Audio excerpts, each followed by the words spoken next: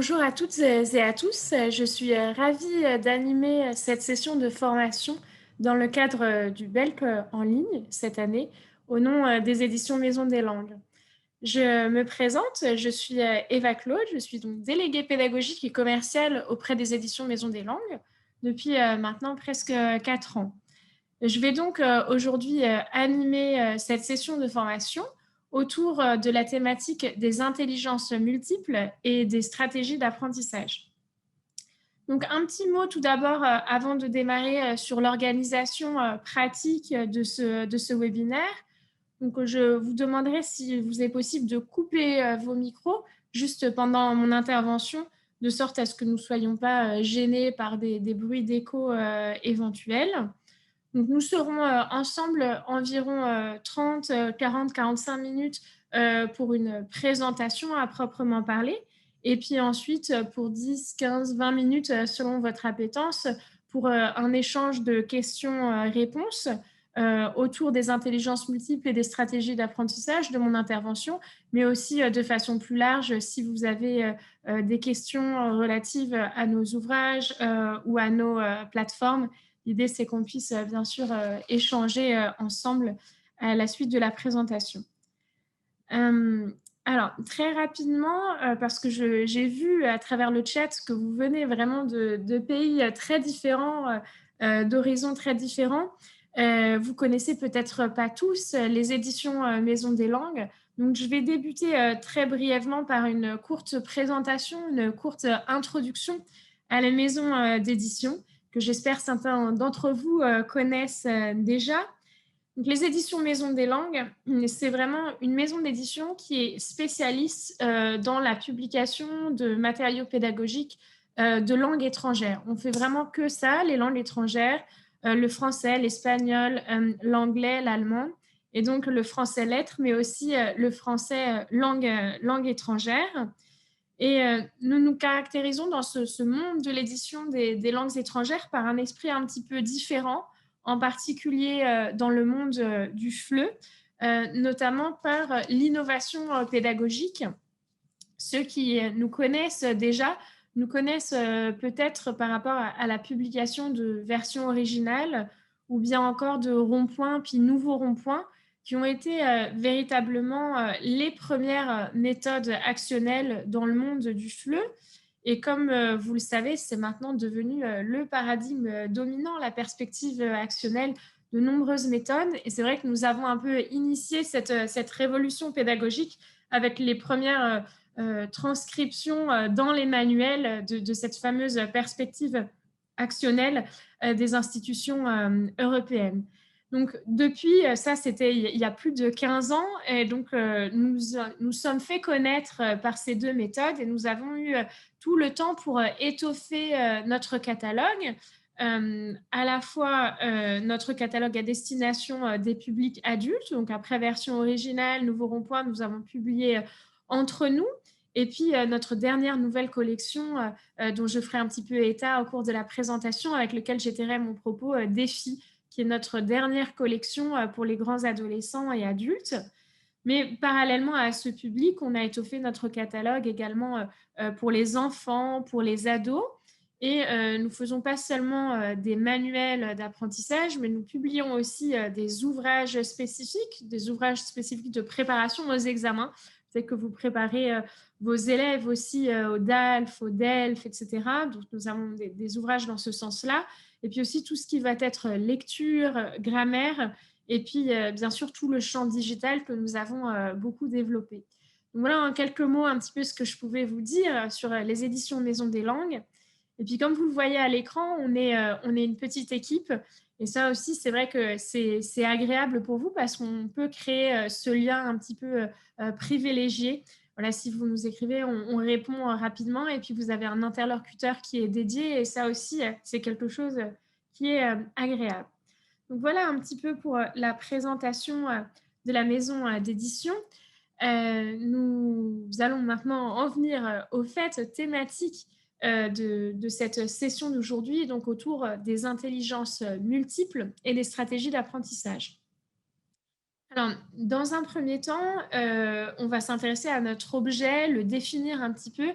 de quoi on parle quand on parle des intelligences multiples. On va essayer voilà, d'en donner une définition, de voir qui en est à l'origine, comment ce concept a émergé.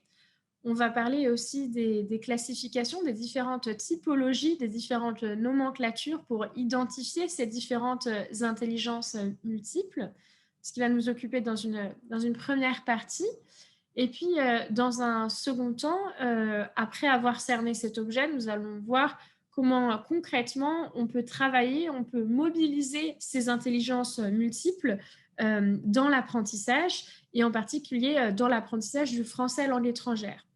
Donc, on va voir l'importance de mieux se connaître en tant qu'enseignant, de mieux connaître nos apprenants, comment ça va nous aider à créer des dynamiques de classe, à créer les groupes, etc.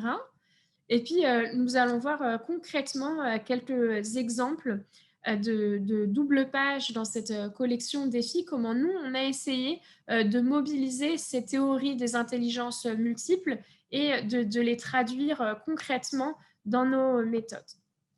Et puis enfin, dans un troisième temps, nous allons nous intéresser aux stratégies d'apprentissage qui découlent directement de ces intelligences multiples. Nous allons essayer voilà, de donner des pistes concrètes pour comment mieux lire, mieux écouter, mieux écrire. Et donc, je tirerai mes exemples de cette collection défis. Puis, je reviendrai également sur qu'est-ce qu'on entend par stratégie d'apprentissage, qui est aussi un concept assez vaste de la didactique. Donc, je ferai une petite partie théorique et puis je vous montrerai concrètement comment, là encore, nous avons traduit cela dans notre méthode défi. Donc, voilà un petit peu notre programme de cette session. Alors, je vais commencer cette présentation par une citation de Howard Gardner qui nous dit je ne crois pas que Einstein aurait pu être Mozart ou que Mozart aurait pu être Pierre Curie. Leurs capacités étaient d'ordre différent. Donc ça va être un petit peu le point de base de notre réflexion. Donc peut-être vous avez déjà lu des choses de Howard Gardner si vous vous intéressez aux intelligences multiples. Howard Gardner est un psychologue américain qui est spécialiste du développement cognitif. Et il a ce profil intéressant qu'on voit de plus en plus chez les enseignants. Il est à la fois issu d'une formation en sciences de l'éducation, donc c'est-à-dire en sciences humaines, et en même temps, il est professeur de neurosciences. Et c'est vrai que plus le temps avance et plus les sciences dures, et notamment les neurosciences, ont à nous apprendre sur les intelligences, et notamment les intelligences multiples, et comment on peut mobiliser cela dans l'apprentissage. C'est vrai que de plus en plus, on voit ces personnes avec des doubles profils, à la fois sciences de l'éducation et neurosciences, et ce n'est pas une tendance qui est anodine. Howard Gardner, il nous est contemporain, hein, puisqu'il est né en 1943 et il a été influencé par un pédagogue français bien connu que vous connaissez sans doute, Jean Piaget. Donc, il s'inscrit un petit peu dans cette tendance-là. Et Howard Gardner est à l'origine et l'auteur de la théorie des intelligences multiples, bien qu'après elle ait été reprise par beaucoup d'autres et retravaillée dans un ouvrage qui a fait date, qui a été publié en anglais avant d'être traduit dans de multiples langues, dont en français, j'y reviendrai quand je vous présenterai un petit peu la bibliographie. Donc, cet ouvrage qui a été publié en 1983, qui s'appelle Frames of Mind, The Theory of Multiple Intelligences. Donc, c'est vraiment ce livre-là, c'est à partir de là qu'on date la théorie des intelligences multiples. En fait, Howard Gardner, il est parti d'un constat assez simple. Il a commencé par étudier des enfants qui étaient atteints de lésions cérébrales et il a étudié les conséquences de ces lésions cérébrales. Et il a été étonné de par le fait que ces malades qui étaient privés d'une de leurs facultés intellectuelles, qui avait été endommagée par cette lésion cérébrale de naissance ou par accident par la suite, en tout cas une faculté cérébrale bien précise, eh bien, ils étaient malgré tout capables, ces enfants, parfaitement d'assurer d'autres types de facultés intellectuelles.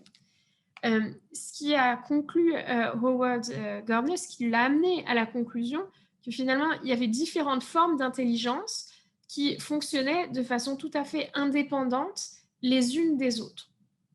Et donc ensuite, il a poursuivi ses études sur des enfants sains, puis sur des adultes, et il a vu que c'était les mêmes processus qui étaient à l'œuvre.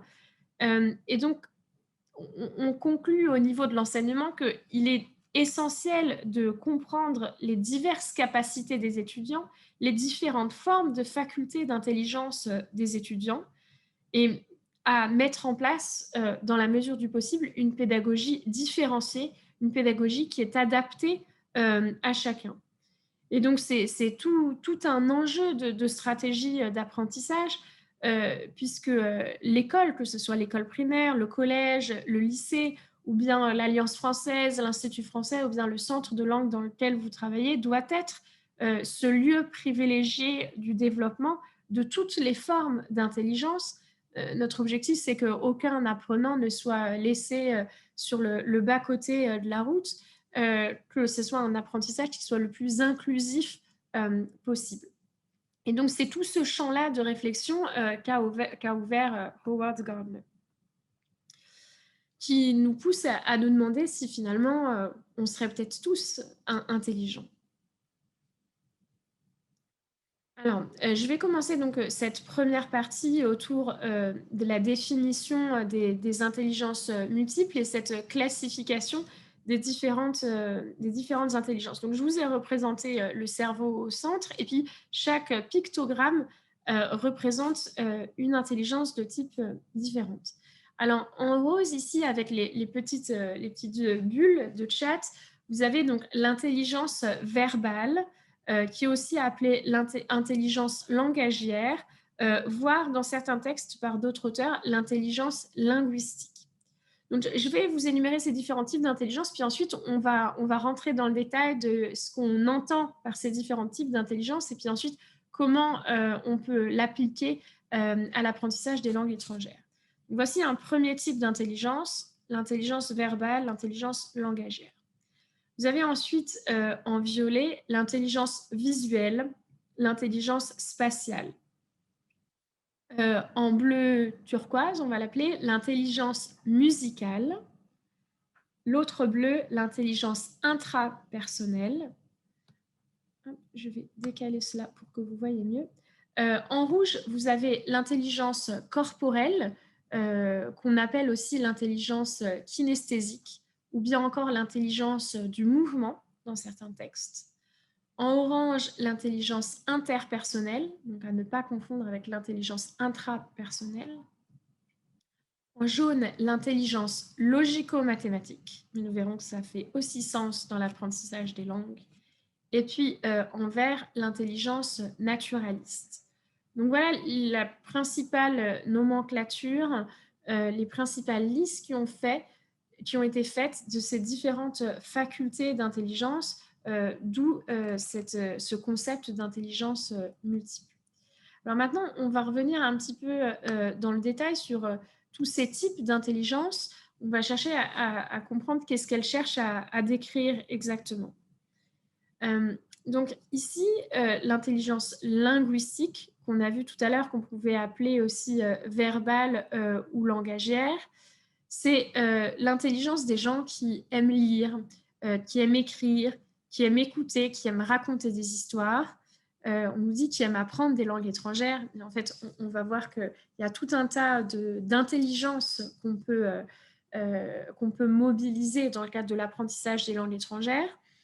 Et donc, on nous donne comme exemple quelqu'un comme Victor Hugo ou comme Émile Zola, qui serait un petit peu l'ambassadeur de ce type d'intelligence langagière, verbale. Je préfère pour ma part ces termes-là que intelligence linguistique. En vert un peu plus foncé, vous avez l'intelligence logico-mathématique qui se manifeste donc par la capacité d'une personne à utiliser les nombres de façon efficace. Alors ça nous intéresse plus ou moins dans notre cadre, mais de raisonner logiquement. Je reviendrai là-dessus. Et on nous donne comme exemple Einstein de ce type d'intelligence. L'intelligence musicale, c'est la capacité à penser en rythme et en mélodie, de reconnaître des modèles musicaux, de les mémoriser, de les interpréter, d'en créer, d'être sensible à la musicalité des mots et des phrases. Et on nous donne pour exemple Mozart.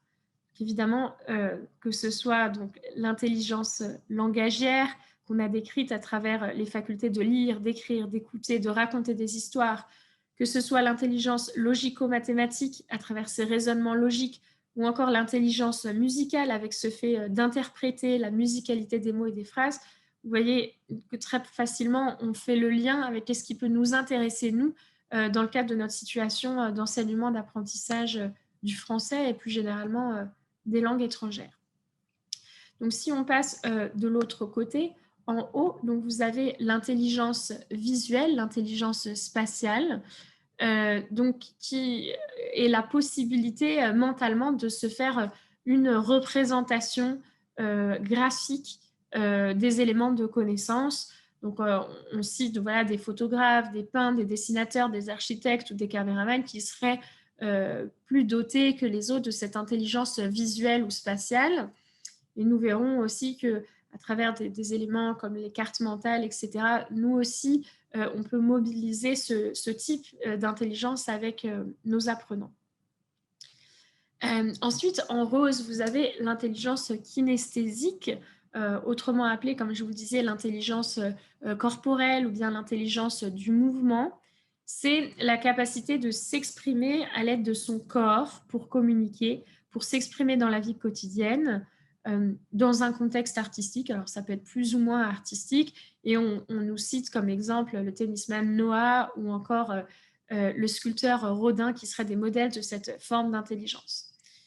Et nous allons voir aussi comment mobiliser ce type d'intelligence de nos apprenants en les faisant bouger dans la classe, en leur faisant taper des mains, en se lançant des objets. Il y a tout un tas de jeux qu'on peut mettre en place aussi pour mobiliser cette intelligence-là que je vous détaillerai plus en détail au cours de ma présentation.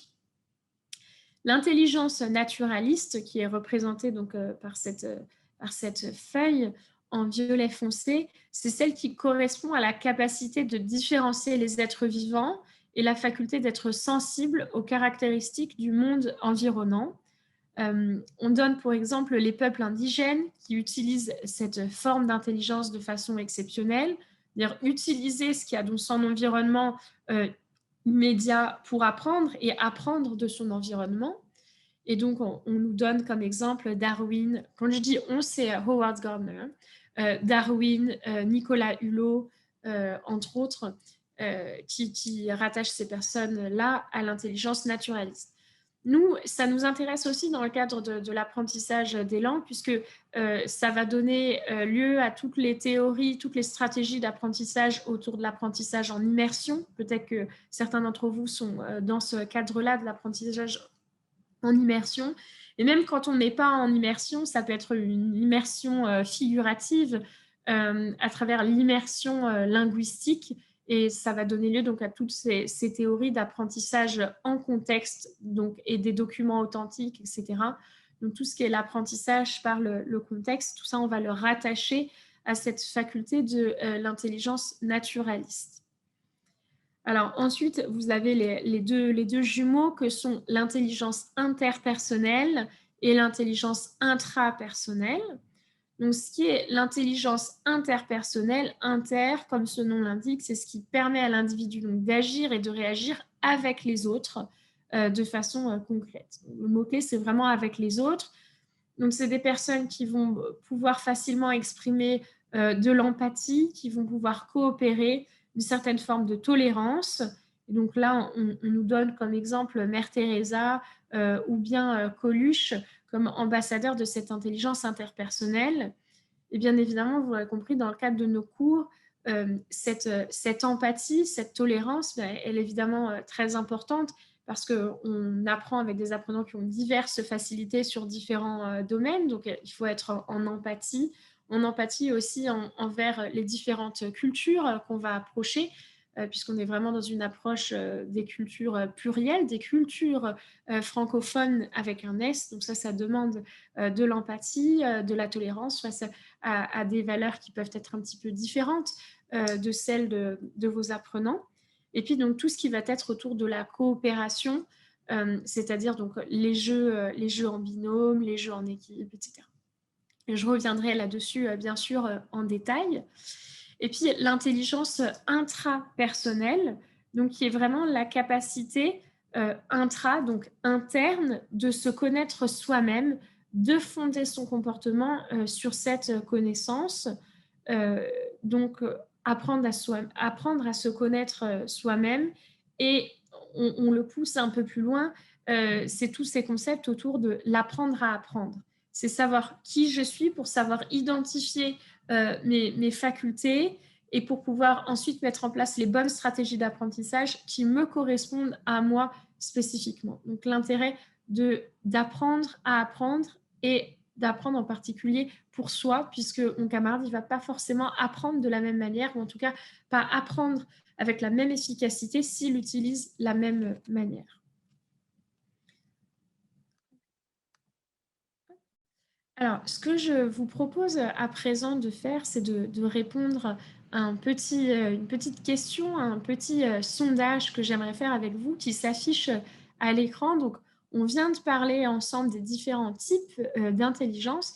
Moi, ce qui m'intéresse, c'est de savoir, vous, quels sont, a priori, quand vous réfléchissez un petit peu vous-même à vos intelligences, quelles seraient vos 3 intelligences dominantes. Vous avez la possibilité de cocher 3 différentes cases.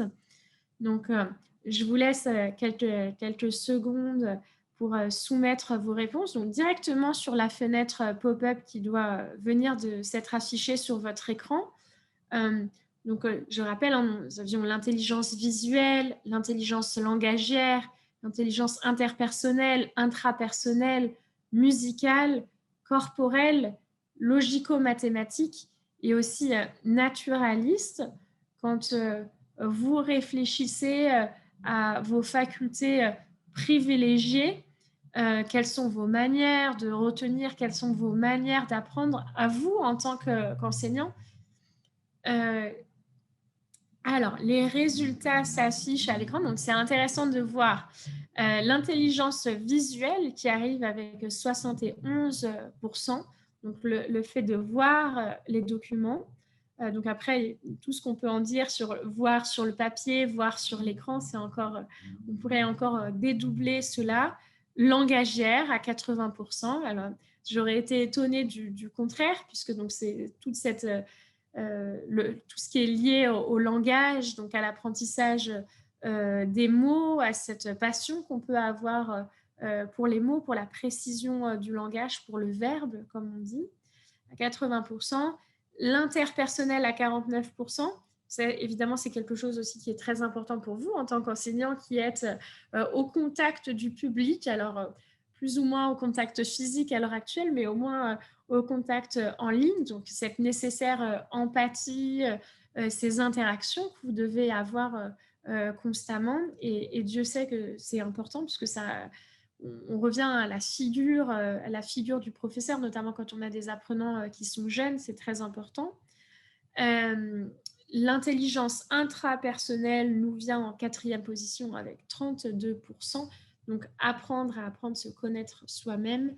Le musical à 20%, le corporel à 15%, logico-mathématique 22% et naturaliste 22%.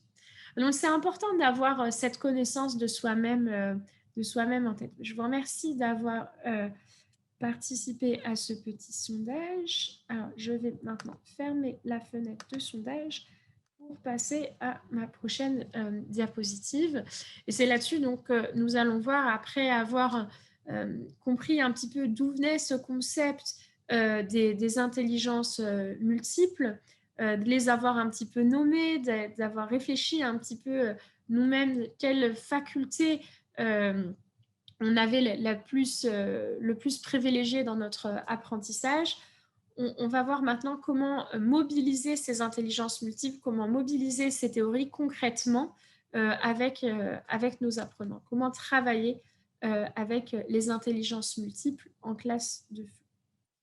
Alors, je vais décaler ma petite barre d'outils en haut, comme ça vous n'allez pas être gênés. Donc, pour utiliser les intelligences multiples en classe, qu'est-ce que nous pourrions faire? Alors, déjà, définir son profil de professeur. Donc ça, c'est quelque chose qui est important. C'est un petit peu ce qu'on a commencé à faire, réfléchir, avoir cette réflexion intérieure sur nous, comment on apprend, puisque vous avez eu aussi cette expérience d'être apprenant. Donc, c'est important de ne pas l'oublier. Puis, je crois aussi que j'en profite pour dire que, au cours de cette formation, on continue à apprendre et finalement, quand on est professeur, on ne doit jamais cesser d'apprendre. Donc, on apprend aussi à se connaître et puis ça peut évoluer dans le temps.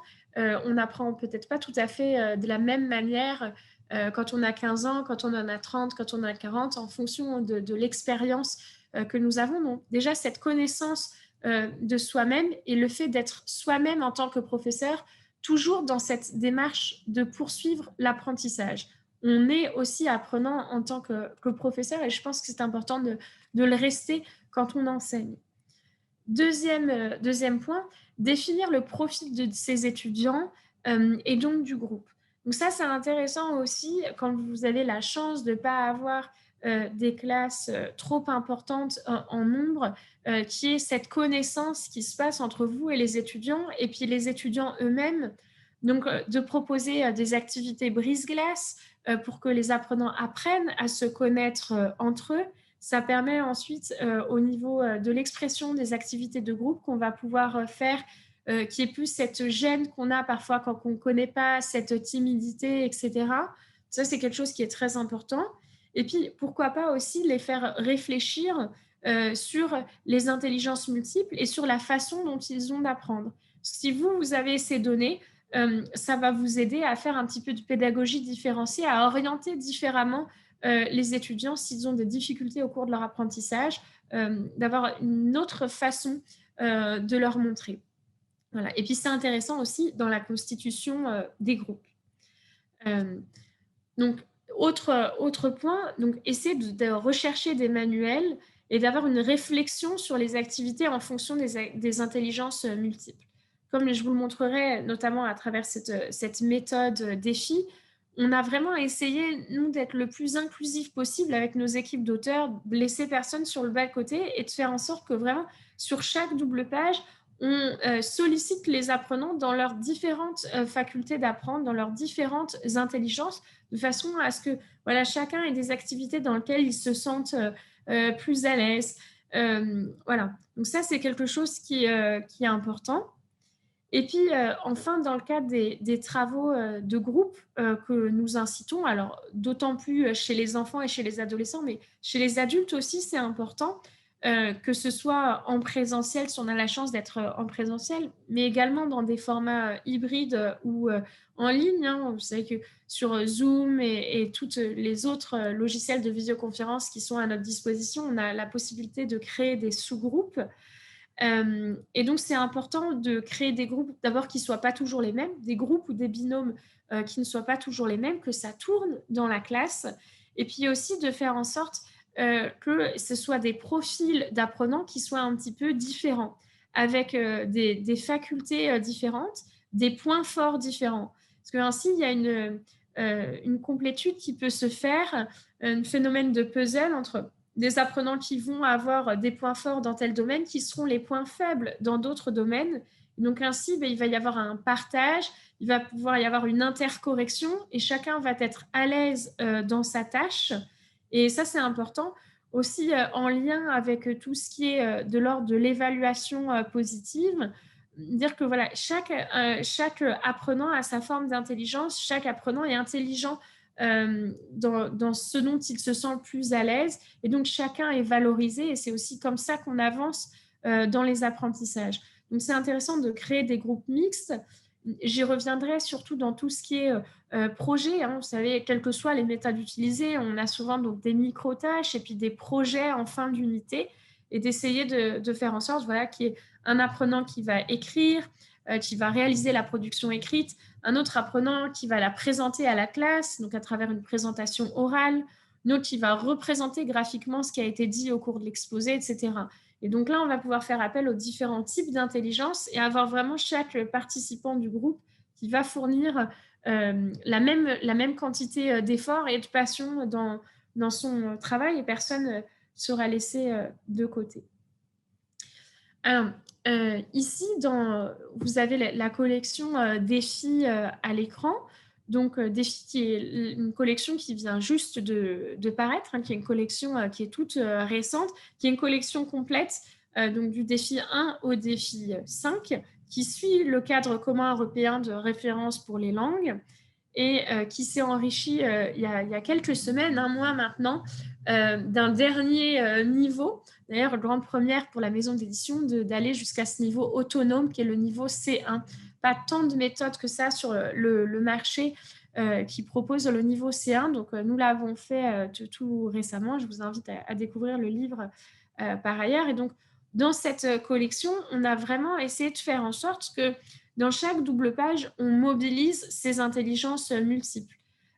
Donc, on a fait des petits logos spécifiques, donc le visuel, le langagier, l'interpersonnel, l'intrapersonnel, le musical, le corporel, ce qui est du logico-mathématique et ce qui est de l'intelligence naturaliste. Donc, je vais vous montrer un petit peu quel genre d'activité on propose pour chaque faculté. Qu'est-ce que vous utilisiez cette méthode ou que vous l'utiliserez par le futur ou une autre méthode, quel genre d'activité on peut proposer pour chaque type d'intelligence en lien directement avec le français langue étrangère. Pour toutes les personnes qui ont une intelligence, une faculté plutôt d'ordre visuel, on va proposer d'apprendre avec des infographies. Ça marche très bien, particulièrement pour les niveaux A, les niveaux débutants, A1 et A2. On a une représentation graphique, on a des chiffres, on a peu de mots. Il y a déjà une compréhension qui se fait simplement par le visuel et à partir de là, on peut faire construire des phrases, etc. Donc, les infographies, soit qu'on va trouver dans les manuels ou soit qu'on peut créer avec des logiciels très simples, faire des infographies. Tout ce qui va être des vidéos, et encore mieux si ce sont des vidéos authentiques. Voilà, donc et ce, dès les premiers niveaux. Il ne faut pas avoir peur des vidéos authentiques dès les niveaux débutants. Il faut bien sûr bien les sélectionner, en sélectionner la durée, etc. On invite vraiment les apprenants à utiliser de la vidéo, les apprenants, donc les enseignants à utiliser le support vidéo. Ça peut être des supports vidéo qui soient déjà créés, mais vous pouvez aussi inviter les apprenants à créer des supports vidéo. Maintenant, voilà, on est tous avec nos smartphones, etc. Donc, c'est très facile de réaliser une vidéo. Ça peut être quelque chose de ludique. Et c'est vrai qu'on vit dans un monde où on est cerné par le multimédia et par les images. Donc, la classe de FLE fait partie de ce monde-là. Et donc, pourquoi pas les utiliser à bon escient. Bien sûr, ça aidera toutes les personnes qui ont une intelligence de type visuel, parce qu'évidemment, il y a tout un paracontexte hormis les paroles qui sont prononcées, rien qu'à travers l'image. Donc, il y a tous ces travaux d'analyse d'image qu'on peut faire, et puis de là, tirer des champs lexicaux et faire beaucoup de choses avec les apprenants. Donc, les vidéos, les images, utiliser aussi les cartes mentales.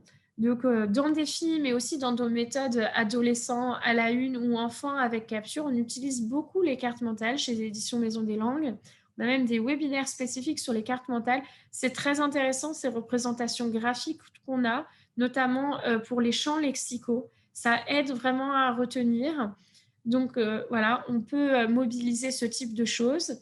Et puis, faire des présentations PowerPoint ou des présentations Canvas, par exemple, voilà, avec les points essentiels. Ça, c'est des choses qui sont appréciées par les personnes qui ont une tendance, et vous êtes nombreux parmi vous, comme l'a montré le petit sondage, à avoir une intelligence plutôt visuelle. Et puis, faire des déductions par observation. Ça, j'aurai l'occasion d'y revenir, notamment dans le travail grammatical, d'observation en contexte et de faire des déductions après observation. Donc ça aussi, ça va être adapté pour les personnes visuelles. Pour ce qui est des facultés langagières ou verbales, donc tout ce qui va être lecture, raconter et inventer des histoires, donc avec des productions tant écrites que des productions orales qui vont donc mobiliser le lexique, les syntaxes grammaticales qui auront été vues dans l'unité, mais qui vont aussi solliciter l'imaginaire, la créativité des apprenants.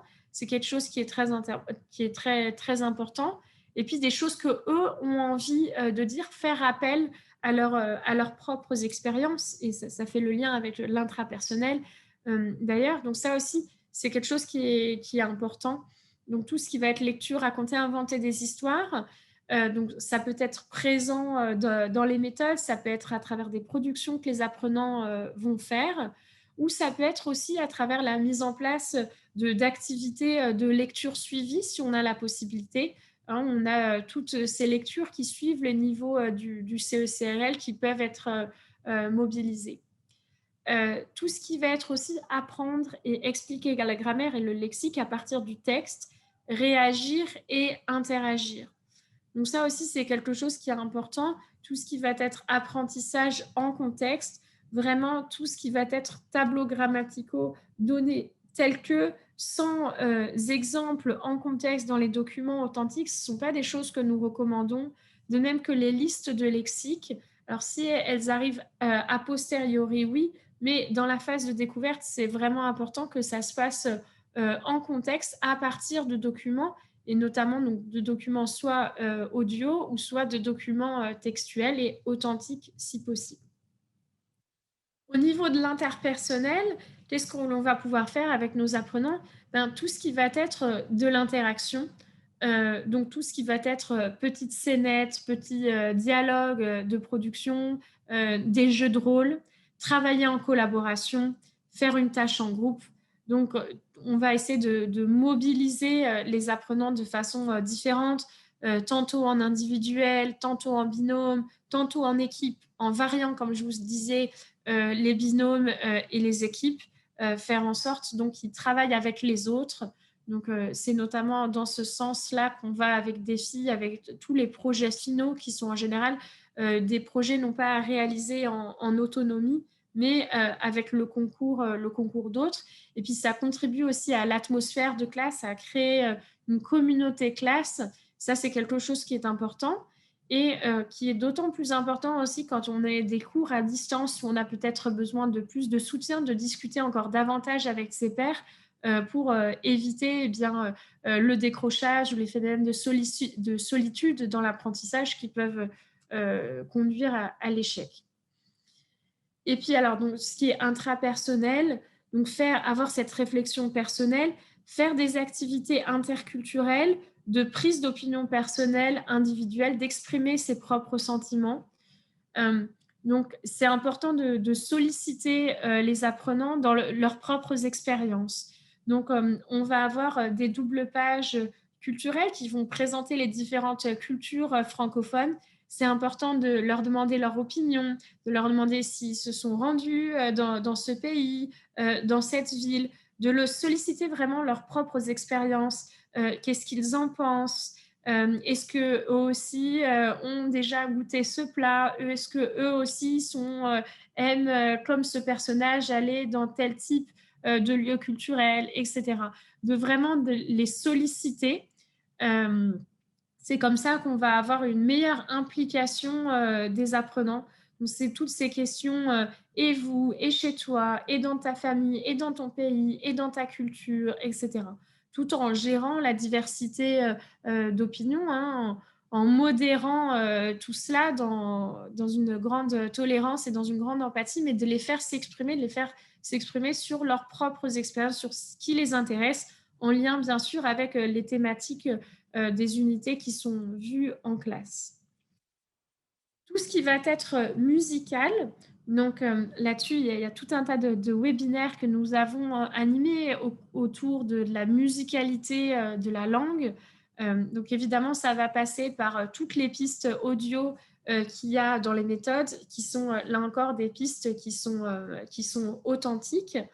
Et également donc, tout ce qui va être vidéo, donc écoute. Et puis, nous avons développé dans cette collection Défi des capsules de phonétique. Vous savez que la phonétique, c'est souvent un petit peu le parent pauvre du FLE. Et parce que voilà, c'est un aspect un petit peu technique, l'alphabet phonétique, les schémas de positionnement de la langue, les sons nasaux, gutturaux, etc. Et donc, on a développé avec l'Université catholique de Louvain des capsules de phonétique, de vulgarisation phonétique, des vidéos qui durent 2, 3 à 4 minutes, donc qui sont imagées et qui viennent reprendre des choses importantes comme la prosodie dans les phrases, de la discrimination phonétique, l'intonation avec des choses très imagées, la maison à étage pour bien comprendre l'intonation dans la phrase, etc. Donc, ça va être tout ce qui est les capsules de phonétique. Également, tout ce qu'on a autour des chansons. Donc, les chansons, on peut les mobiliser à tous les âges. Ça permet de créer un moment un petit peu récréatif dans la classe. C'est quelque chose qui est en général très apprécié. Et pour toutes les personnes qui ont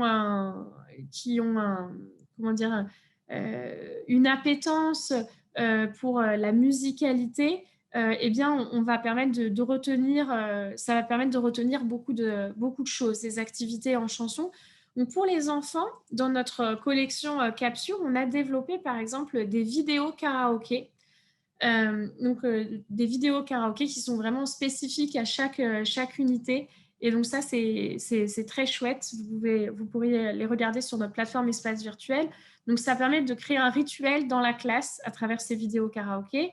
Pour les adultes, on a une collection qui est très jolie qui s'appelle La France en chanson, donc qui reprend décennie par décennie les grands tubes français ou de l'espace francophone.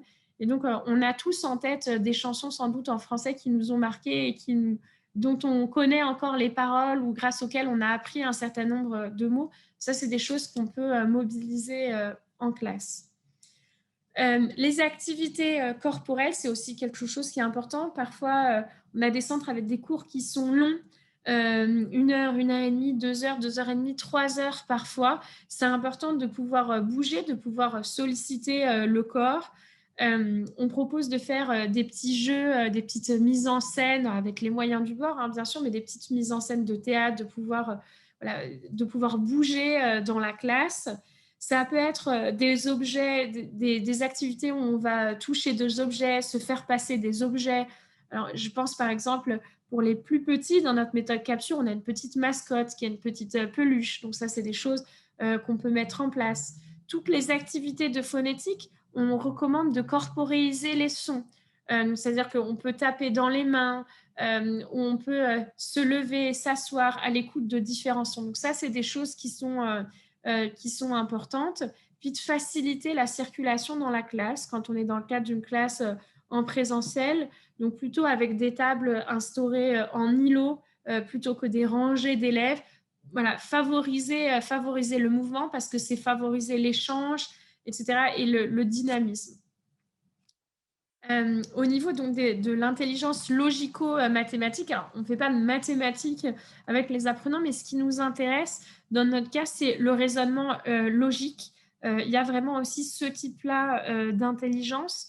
Donc, par exemple, on peut voir ça dans tout ce qui est apprentissage de la grammaire, avec ce raisonnement qui est quasi mathématique, hein, qui est d'observer un document en contexte, à travers un certain nombre de questions qui sont orientées pour faciliter le repérage de certains phénomènes grammaticaux.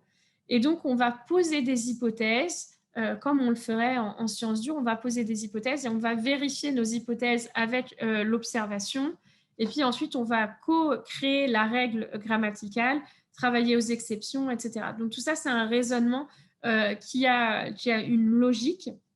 Quand on travaille sur les colocations aussi, c'est le même système. Et puis, il y a une méthodologie. Hein, donc ça, je reviendrai quand on parlera des stratégies d'apprentissage. Mais quand on est amené à rédiger un rapport, une synthèse de documents, une production écrite, il y a une méthodologie aussi très ordonnée à respecter, qui est notamment attendue quand on passe des certifications, par exemple, donc qui est un raisonnement qui, en fin de compte, est très logique. Voilà. Et puis, donc, tout ce qui va être activité de réflexion et d'esprit logique. Vous savez qu'à partir du B1, du B2, on demande de construire des argumentations, donc avec toutes ces chevilles tout d'abord, dans un premier temps, dans un second temps, illustrer le propos, etc. Donc tout ça, ça découle d'un raisonnement logique voilà, que certains apprenants dans lequel ils peuvent se sentir à l'aise et qu'on peut mobiliser, puisque c'est aussi quelque chose qui est rassurant pour l'apprenant. Et puis enfin, donc, ce qui va être de l'ordre naturaliste, donc naturaliste compris dans le sens de connaissance de l'environnement, du contexte. Donc ça sont les activités donc, qui nécessitent une observation, une classification, et ça va être aussi les paniers de lexique. Le panier de lexique, c'est un concept que nous avons développé dans la collection Défi, où l'apprenant il va collecter des mots au fur et à mesure qu'il avance dans l'unité. C'est lui qui va se faire en fait sa liste de mots. Évidemment, c'est très guidé, hein, il y a tout un tas d'activités, etc. Mais c'est important parce que déjà, ça l'autonomise un petit peu dans son apprentissage. Et puis, il prend de son environnement, de ce bain linguistique dans lequel on l'aura mis dans la classe à travers les doubles pages du manuel, à travers l'écoute des vidéos, des pistes audio, des documents textuels. Donc, vraiment prendre de son environnement, puisque si on fonctionne par la répétition, hein, donc c'est en écoutant qu'on va répéter, on va prendre. En tant qu'apprenant, on est aussi éponge, donc on va s'inspirer et répéter ce qui est dit, et puis ensuite donc le digérer. Donc tout ça, c'est prendre du contexte. Alors, je vous montre à présent des exemples pratiques. Donc ici à l'écran, vous avez défi 2. Défi 2.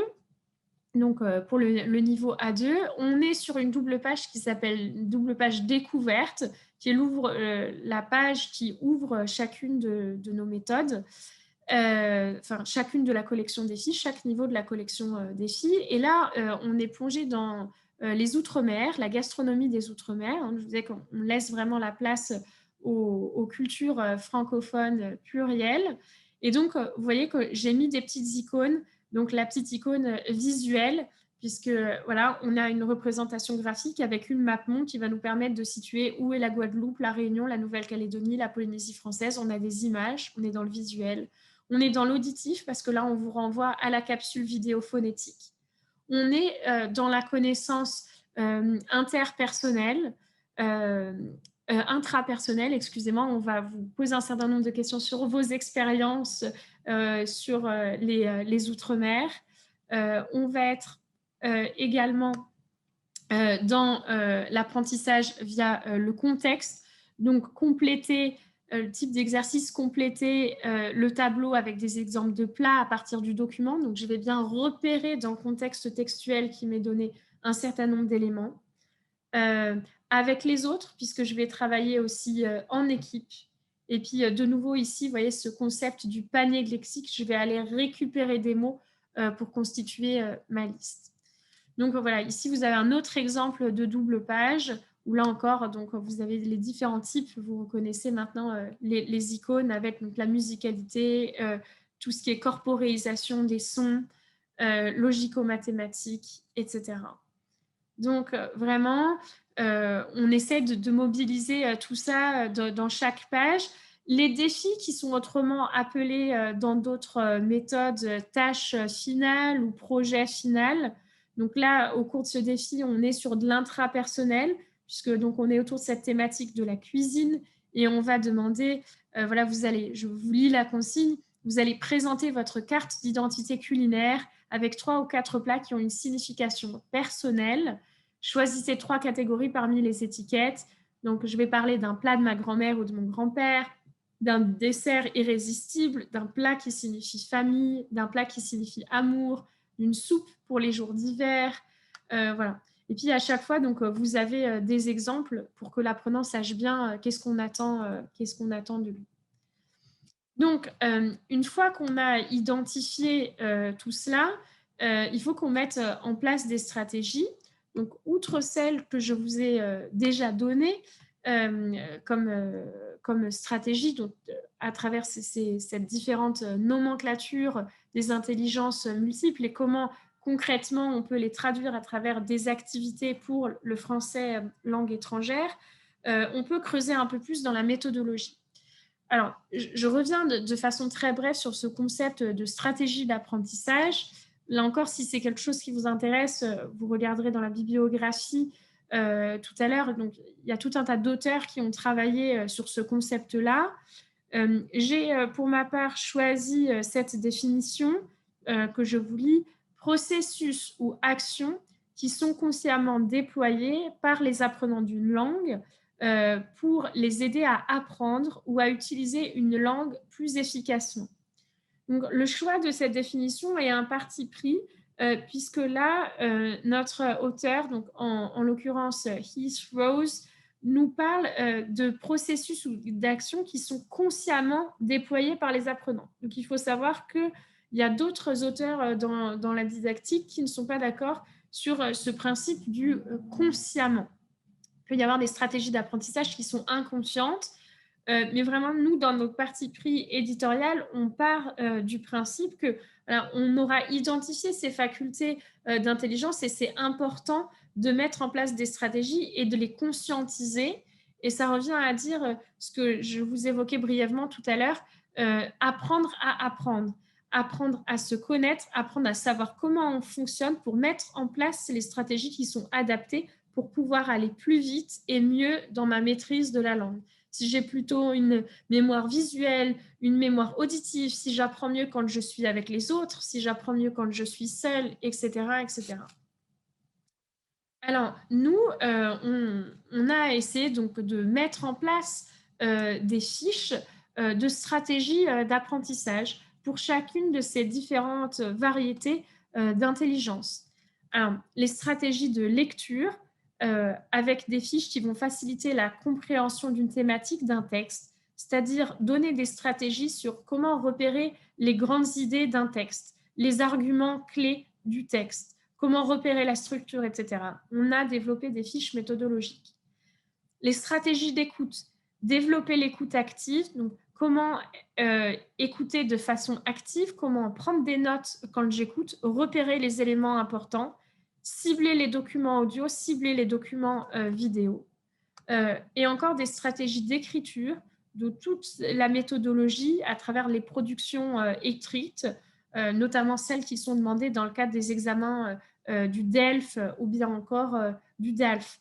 Ça ne s'invente pas. Comment faire une dissertation, comment synthétiser un corpus de documents, comment présenter des statistiques, comment faire un exposé écrit, etc. Alors, on a réparti un petit peu ça sur la collection défis. Les stratégies de lecture, donc ça, c'est l'apprentissage qui est plutôt passif. Donc, du coup, ça va être les niveaux 1, 2 et 3, A1, A2, B1. Les stratégies d'écoute sont plus développées dans le B1, les stratégies d'écriture dans le B2 et dans le C1. Alors, bien sûr, les 4 compétences sont mobilisées à tous les niveaux, mais les fiches méthodologiques à proprement parler, on va les retrouver dans ces niveaux-là. Je me presse un petit peu parce que j'aimerais qu'il y ait un temps d'échange et de questions. Donc, je vous détaille quand même un petit peu ce qu'on entend par stratégie de lecture. Donc, les stratégies de lecture, ça va être donc, faire des hypothèses sur le contenu du document, utiliser ses connaissances sur le thème, faire des recherches avant de lire, demander de l'aide à quelqu'un, utiliser des ressources, compléter les hypothèses et faire des suppositions, repérer la structure d'un texte, repérer les contenus culturels. Donc, ça va faire partie, ces éléments-là, des mémentos, des fiches méthodologiques pour apprendre à mieux lire et à lire efficacement en français. Et donc, c'est toujours ce petit sigle que vous avez donc avec cette personne et le mécanisme dans le cerveau qui réfléchit. Voilà. Donc, ici, on va avoir donc, des stratégies d'apprentissage. Donc là, vous voyez le sigle. On va faire réfléchir sur comment utiliser ce document, donc en l'occurrence une double page sur le Maroc et sur la ville d'Essaouira. Donc à travers ces documents, on va avoir des fiches méthodologiques pour mieux comprendre comment s'organiser, comment faire des synthèses, etc. Donc bien sûr, tout cela est explicité, toute cette démarche-là, dans le guide pédagogique qu'on vous invite évidemment à regarder attentivement, d'autant plus quand on adopte une nouvelle méthode. C'est important de bien lire ces guides qui existent en version papier et en version numérique. Donc ça, c'était les stratégies plutôt de lecture. Vous avez également donc, des stratégies d'écoute Donc, on a beaucoup de pistes audio, que ce soit des reportages, des chroniques, des interviews, des micro-trottoirs, tout un tas de vidéos aussi, de podcasts, de radio, notamment dans les niveaux un petit peu plus élevés. Voilà. Donc, comment prendre des notes sur les pistes audio que je vais écouter, comment ne pas me faire noyer par le flot d'informations qui vont m'être données, etc. Donc, on vous donne des mémentos, des stratégies d'écoute. Dans le défi 4 et le défi 5, donc respectivement le niveau B2 et C1, on va travailler sur les stratégies d'écriture, rédiger une lettre ouverte, lire, commenter des chiffres, rédiger une introduction, une conclusion, préparer un exposé, faire une synthèse, ou encore rédiger un texte argumentatif ou faire un résumé.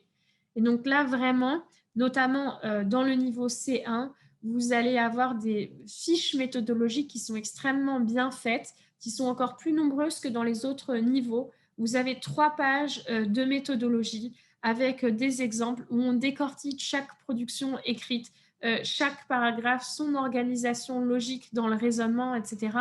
Et donc, ça fait véritablement ensuite des canevas d'écriture, quelle que soit la thématique sur laquelle on est amené à écrire. Par type de production écrite, on a vraiment un cadre à respecter et ces fiches méthodologiques sont extrêmement bien faites. Donc là aussi, on a tout un tas d'apprenants qui sont plus dans l'écrit, dans le logique, etc., ou qui ont besoin d'être davantage rassurés. Donc ça, c'est des choses qui vont particulièrement leur plaire. Donc, je vous ai présenté les stratégies d'écriture du B2. Donc, dans le C1, les stratégies d'écriture, elles évoluent un petit peu. Donc, on va avoir des choses plus comme prendre des notes, faire une carte mentale, structurer un texte, faire un exposé à partir de documents écrits, faire une présentation orale avec support, ou bien encore rédiger un courriel formel ou une lettre de motivation, ou bien encore un compte-rendu. Et là aussi, donc, ça donne lieu à des fiches méthodologiques complètes. Voilà. Donc, finalement, j'en arrive à la conclusion pour vous dire qu'on est tous intelligents. On a différentes formes d'intelligence, mais nous, notre travail vraiment en tant qu'enseignant, qu'acteur dans le monde de l'éducation, c'est vraiment d'être le plus inclusif possible, de mettre en place des stratégies de pédagogie différenciée, de trouver les bonnes activités pour mobiliser tout le monde et faire avancer tout le monde, à la fois dans les points forts, dans les points faibles, et de revaloriser pour qu'on ait un apprentissage qui soit fait dans la joie, la passion, le plaisir d'apprendre, puisque c'est comme ça qu'on est plus efficace. Alors, à l'écran, vous avez une bibliographie alors, qui n'est pas du tout exhaustive, mais si ces thématiques-là vous intéressent, n'hésitez pas. Il y a aussi beaucoup de choses qui sont disponibles gratuitement en ligne. Et puis, je vous invite aussi sur notre plateforme Espace Virtuel à aller voir la section formation où vous avez un certain nombre de webinaires qui vous sont accessibles gratuitement. Et donc, voilà, il y a des choses sur lesquelles nous revenons, que ce soit sur les intelligences multiples, sur la méthode défi, etc. Donc, n'hésitez pas à visionner ces webinaires. Alors, j'ai été peut-être un petit peu longue, mais on va laisser un peu plus de temps aux questions.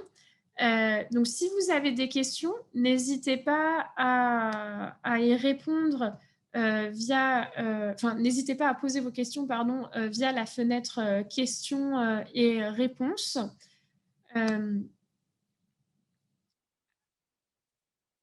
Voilà. Alors, je réponds un petit peu dans l'ordre. On me demande si je peux partager ce PowerPoint sur le chat, car il est très important. Alors, je ne peux pas le partager ici sur le chat, mais vous savez que cette formation est enregistrée et elle va être disponible en ligne et en replay sur le site du BELC. Nous allons aussi peut-être le mettre à disposition sur nos sites. Donc, voilà, n'hésitez pas. Voilà, alors c'est les mêmes questions sur quand sera disponible le replay. Donc, le replay, il sera disponible sur le site du BELC dans quelques jours. Alors, je vois qu'il y a aussi beaucoup de questions dans l'autre fenêtre. Alors, attendez, je vais prendre l'autre fenêtre. Je vois qu'il y a énormément de questions et de réactions. Alors, on va prendre un petit peu le temps. Et puis, bien sûr, je vous donnerai mes coordonnées. Donc, si il y a d'autres questions auxquelles je n'aurai pas le temps d'y répondre, vous aurez la possibilité de me les poser par mail. Voilà, alors, attendez, je m'excuse, je reviens aux questions. On a eu beaucoup de salutations au début. Pouvez-vous revenir à la bibliographie pour faire une capture d'écran? Oui, je peux revenir à la bibliographie pour ceux qui souhaiteraient prendre des notes, mais encore une fois, l'enregistrement sera disponible sur le site du BELC, donc vous aurez la vidéo avec le PowerPoint. Voilà, donc on nous indique que le replay sera disponible sur YouTube et sur France Éducation Internationale. Donc merci à ceux qui nous les ont précisés. On a beaucoup de merci, mais c'est moi qui vous remercie pour votre attention. J'espère que vous avez trouvé cela intéressant et instructif. Au vu de vos commentaires, oui. Alors j'en suis ravie. Je vois qu'il y a... Je redescends encore s'il y a d'autres questions. Comment pouvons-nous apprendre les intelligences dominantes des élèves? Alors, il y a un site qui est très intéressant. Vous pouvez m'écrire un mail. D'ailleurs, je passe à ma diapositive prochaine où vous avez donc mes coordonnées email et mon numéro de téléphone qui est également un numéro de téléphone professionnel disponible sur WhatsApp si vous êtes loin. Il y a un site du ministère de l'Éducation canadien qui est très intéressant que je fais quand j'anime des formations où nous sommes moins nombreux. C'est un questionnaire qui dure 10 à 15 minutes, qui est gratuit, qui est accessible sur le site donc, du ministère de l'Éducation canadien et qui est disponible en plusieurs langues et auquel vous pouvez inviter les apprenants à répondre. Et ça vous fait ensuite une petite infographie sur vos intelligences dominantes. Donc, c'est une activité qui peut être intéressante à faire. Vous pouvez traduire les questions si vous êtes avec des débutants. En tout cas, je vous invite à aller voir ce questionnaire. Si ça vous intéresse, je n'ai pas le lien là tout de suite, mais si ça vous intéresse, n'hésitez pas à m'envoyer un courriel. Donc sur e comme eva.claude, mon nom de famille, @emdl comme édition maison des langues.fr. Donc n'hésitez pas à m'écrire s'il y a des questions par mail. Voilà, écoutez, je pense qu'on arrive quasiment à la fin de l'heure prévue. Je vois qu'il y a encore quelques questions, malgré tout. Alors, ça va vite, c'est difficile pour moi de voir toutes les questions. J'ai cru voir une question où on me demandait où nous pouvions trouver les manuels. Donc, je vous invite à visiter notre site internet qui s'affiche donc ici à l'écran, hein, www.emdl.fr/FLE. Si vous êtes intéressé par cette collection défis dont j'ai fait mention à plusieurs reprises, n'hésitez pas à aller voir sur le site internet. Vous trouverez un tableau des contenus. Vous allez pouvoir feuilleter la première unité de la méthode. Donc, que ce soit défis pour les grands adolescents ou adultes. J'en ai moins parlé, mais comme vous le savez, on a aussi des collections pour les enfants et les adolescents, donc notamment notre collection Capture et notre collection À la Une, qui sont des collections qui sont très récentes et qui sont de grande qualité, avec lesquelles aussi on a travaillé avec les intelligences multiples, etc. et bien d'autres choses. Donc, n'hésitez pas à aller voir tout cela sur notre site internet www.emdl.fr. Sachez aussi que si vous êtes aux États-Unis ou au Canada, nous avons un nouveau site internet www.emdl.us avec tout un tas d'informations en anglais et avec des ouvrages spécifiques en bilingue et adaptés à ces réalités-là. Ma collègue vous les met aussi dans le fil de discussion.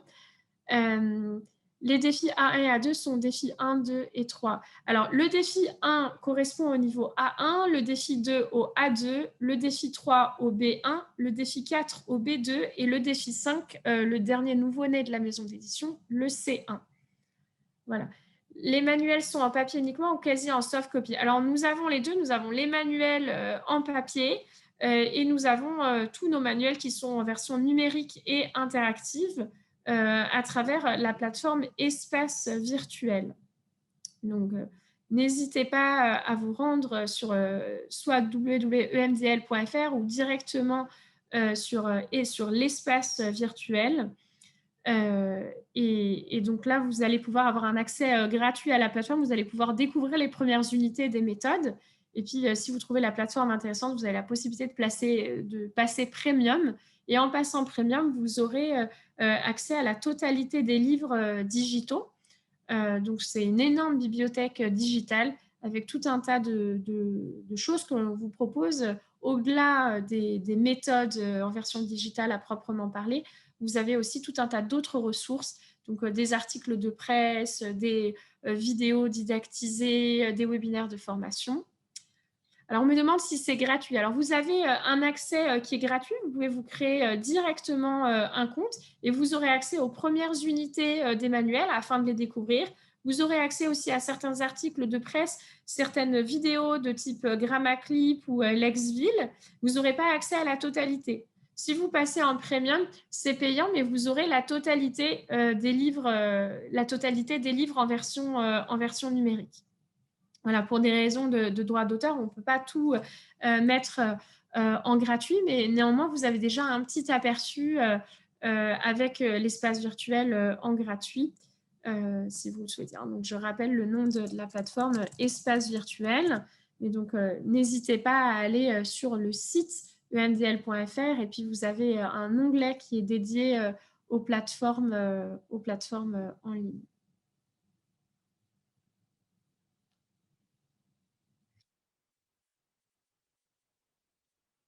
Voilà. Donc, pour toutes les personnes qui souhaiteraient avoir le PowerPoint, donc n'hésitez pas à m'envoyer un email. Hein, il apparaît sur la diapositive qui est à l'écran. Et puis, donc, vous allez avoir le replay de cette formation sur le site du FEI, de France Éducation Internationale. Et puis, nous le mettrons aussi peut-être à disposition, sur nos sites et nos réseaux sociaux. N'hésitez pas à me contacter ou à rentrer en contact directement avec la maison d'édition fleu@emdl.fr. Donc ça, c'est l'adresse générique. Et puis donc mon adresse professionnelle, mais donc qui m'arrive directement, e.claude@emdl.fr. Voilà, alors je crois que nous allons pouvoir mettre fin à la session. Je vous remercie pour votre attention, pour toutes les questions et vos feedbacks très positifs reçus tout au cours de la formation. Ça fait toujours grand plaisir. Je vous souhaite un bel été. J'imagine que certains d'entre vous vont avoir des congés très prochainement. Donc un bel été, de belles vacances. Et puis, on espère vous retrouver, pouvoir échanger avec vous par mail ou par rendez-vous personnalisé par la suite. N'hésitez pas à nous solliciter.